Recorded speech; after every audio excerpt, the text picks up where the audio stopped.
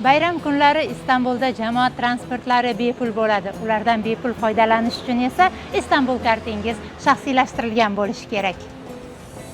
Metrobus va Marmarayda yursangiz, o'z nomingizdagi Istanbul kart bilan yo'l kiraning bir qismini qaytarib olsangiz bo'ladi. Istanbul kartni qanday qilib o'z nomingizga rasmiylashtirish mumkin? Istanbul kart mobil ilovasi yoki veb-sayti orqali internetga kirib Istanbul kart kishisellashtirma deb yozsangiz, saytni oson topasiz. Bu yerda ko'rsatilgan qatorlarga so'ralgan shaxsiy ma'lumotlarni kiritasiz.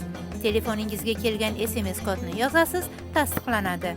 Bo'ldi, Istanbul kartingiz sizning nomingizga bog'lanadi.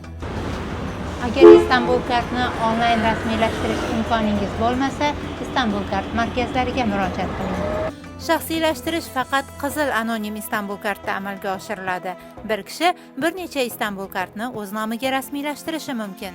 Istanbul kartni shaxsiylashtirish uchun sizga kimlik kerak bo'ladi. Kimligingiz bo'lmasa, uni Smart Edu yordamida olishingiz mumkin.